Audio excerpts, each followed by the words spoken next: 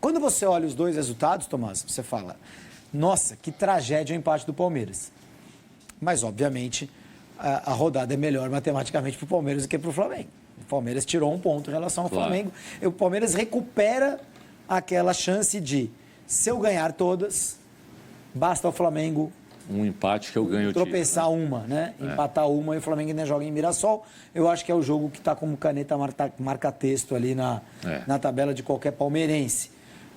Vamos ver como é que ficou a classificação, mas obviamente, apesar do empate do Palmeiras, ele acabou se dando melhor do que o Flamengo na rodada. Pois é, mas eu acho que ele está mais insatisfeito do que o flamenguista. É que o flamenguista sofreu depois, né? Vamos dar uma olhadinha na classificação. Mas era uma rodada a mais para o Palmeiras, teoricamente, do que para o Flamengo. Mas é mais fácil você olhar para isso falando, tá vendo, o Flamengo perdeu.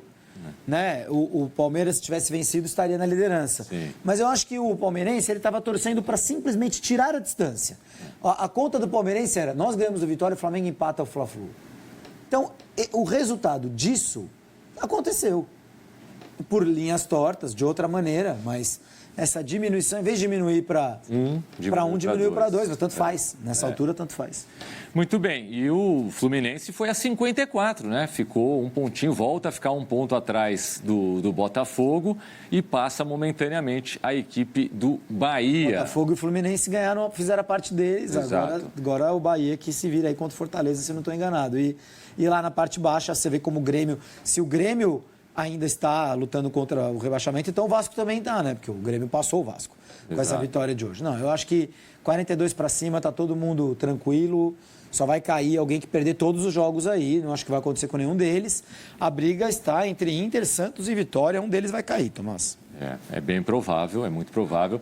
E o Vitória, ele mantém, né, a desvantagem de um ponto, e aí sim é uma manutenção que tem que comemorar muito. Ótimo. Porque o torcedor do Vitória, ele pensava muito na possibilidade, pode ter certeza, de terminar essa rodada 4 pontos atrás do Santos. Porque ele poderia conseguir um empataço que conseguiu contra o Palmeiras e mesmo assim ficar 3 pontos atrás do Santos, né? Claro.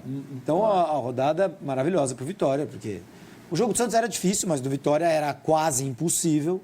Sim. E você se manter a mesma distância, e vamos ver o que o Inter vai fazer na rodada. O Vitória está muito vivo. Um jogo muito grande do Vitória hoje no ar. O único detalhezinho sempre importante, né? O Vitória tem um ponto atrás, mas esse ponto ele não tira com um empatezinho, né? Porque ele tem uma vitória a menos. É como se tivesse 2 pontos a menos. Né? Como se tivesse 1,5 ponto vai a menos, tem que fazer 2 e o Santos não fazer nenhum para ele passar o Santos. Vamos aos gols do Maracanã, onde o Fluminense venceu o Flamengo por 2-1, jogando muito bem, especialmente no primeiro tempo. Né? Jogo de 2 tempos totalmente, o Lúcio Acosta, hein? Que é a grande descoberta do Zubeldia. Descoberta não, né? Porque o cara já estava no elenco, mas ele tinha pouco espaço com o Renato. E com o Zubeldia ele virou titular e é um cara que está fazendo muita diferença para o Fluminense. Aliás, hoje no banco de reservas do Fluminense tinha muita gente que até outro dia era titular. Ou são jogadores muito importantes. E o Rossi? O Rossi não pode fazer isso, né? O menino, como é que ele chama? João Vitor? João Vitor. O menino dá um passe que é uma fogueiraça, mas o Rossi conserta a fogueira. Ele conserta e aí depois é ele quem erra. Esse é um passe que é uma fogueira. Mas aí, consertou.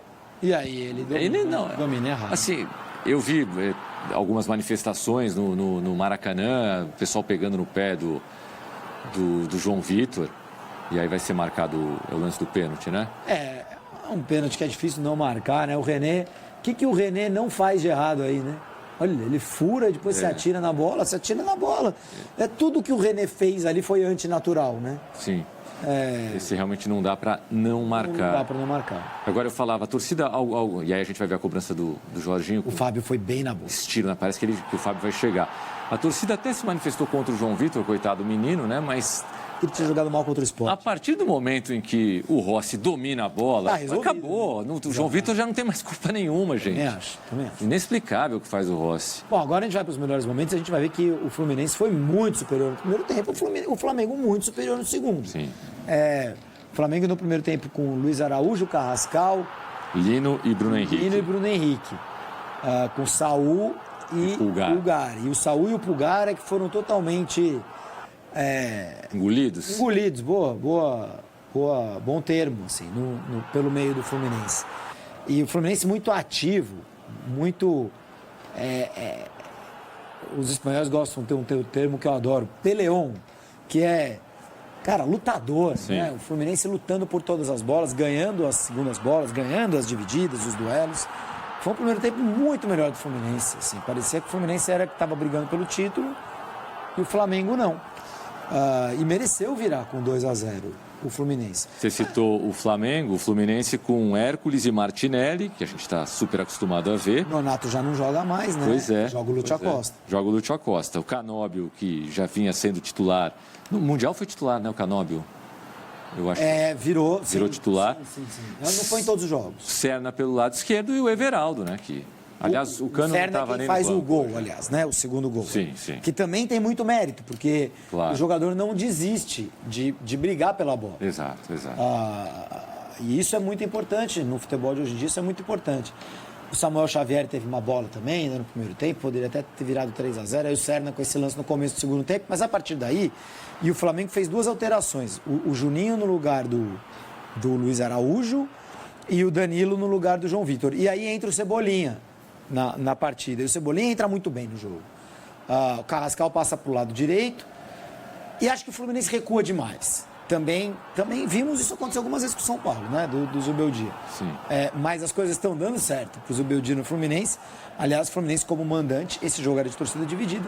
Aliás, é uma lindeza, né? Ver o Maracanã dividido. Mas o Zubeldia ganhou todos os jogos desde que chegou o Fluminense no Maracanã. É o primeiro gol que sofreu, hein? E o futebol ele é cheio de curiosidades, né? A gente vai ver de novo aí o gol do Jorginho. Mas o Zubeldia que saiu muito mal do São Paulo, né? Ninguém mais do São Paulo aguentava o Zubeldia, a torcida, né? O retrospecto dele, a partir do momento que ele é contratado pelo Fluminense, a comparação de pontuação dele no Flu e do Crespo no São Paulo, a vantagem é muito grande do Fluminense. Não. Muito grande. E grande em relação ao Renato. O trabalho do Zubeldia no Fluminense é muito melhor que o trabalho do Crespo no São Paulo, apesar daquela boa sequência, né? Que o Crespo engata, né? Inicialmente. E muito melhor que o trabalho do Renato também nesse Campeonato Brasileiro. Sim. Muito melhor que o trabalho do melhor técnico da Copa do Mundo de Clubes, pois talvez. Não tem bola de cristal. Dureza. Foi muito inesperada a demissão do Renato, o pedido de demissão do Renato, não foi demitido. Foi muito inesperado, foi despropositado. Mas é engraçado se a gente lembrar do que falou o Renato quando ele saiu. Ele falou assim, o Renato, que eu já não lembro? Quer que eu fale como ele? Ele precisaria do Fernando Vitorino. Cadê o Fernando Vitorino? O Renato ele fala o seguinte: se o time estivesse mal, eu não abandonaria o Parco. Mas o time está bem montado, está bem na classificação, então eu estou fora. E, de fato, geralmente, técnicos que assumem um trabalho em andamento assumem uma espécie de terra arrasada, né? Ninguém está trocando de técnico porque está ganhando. Então, geralmente você pega um trabalho que está indo mal. O Zubeldia foi um raríssimo técnico que pegou um trabalho que estava ok. Sim, era um time com muita confiança do Mundial de Clubes, classificado para a semifinal da Copa do Brasil, e no meio de tabela de Campeonato Brasileiro, alternando, oscilando, mas longe de ser uma terra arrasada. E nesse cenário, o Zubeldia conseguiu rapidamente fazer o trabalho dele funcionar. O Fluminense ganha todos os jogos em casa. O Fluminense não é brilhante, mas o Fluminense é eficiente. O Fluminense está conseguindo, que era a eficiência que o Renato reclamava, né? Não tinha eficiência para... bobeava, entregava muito gol. De alguma forma, talvez o Zubeldia tenha trazido um nível diferente ali de foco para os jogadores. Com o Renato, sei lá... Eu falo para os meus jogadores, tem que estar ligado o tempo todo. Eu falo para vocês. Hoje o Fluminense entrou ligadíssimo. Eu estou curioso para ver as estatísticas, porque o Júlio já deu a letra aqui. O Fluminense muito melhor no primeiro tempo, o Flamengo bem melhor no segundo tempo. Vamos ver o que dá essa mistura aí de superioridades. A posse de bola do Flamengo já era maior, era de 61% no primeiro tempo. Sim. Explodiu e bateu volume que 69. Não significava bom rendimento, né? E mais finalizações, Tomás, mas eu achei que as chances que o Fluminense criou no primeiro tempo foram mais agudas. O Fluminense passou mais perto de fazer gols, tanto que fez 2, do que o Flamengo no seu momento de pressão no segundo tempo. Isso, assim, se empatasse, seria justo o resultado. Mas a vitória do Fluminense por 2-1 também não está fora de lugar. Chega o Fluminense nos 45 minutos que ele foi melhor, do que o Flamengo nos seus 45 minutos de domínio. Muito bem, ó, 13-10 de finalizações. O Flamengo também teve mais finalizações corretas, 4-3.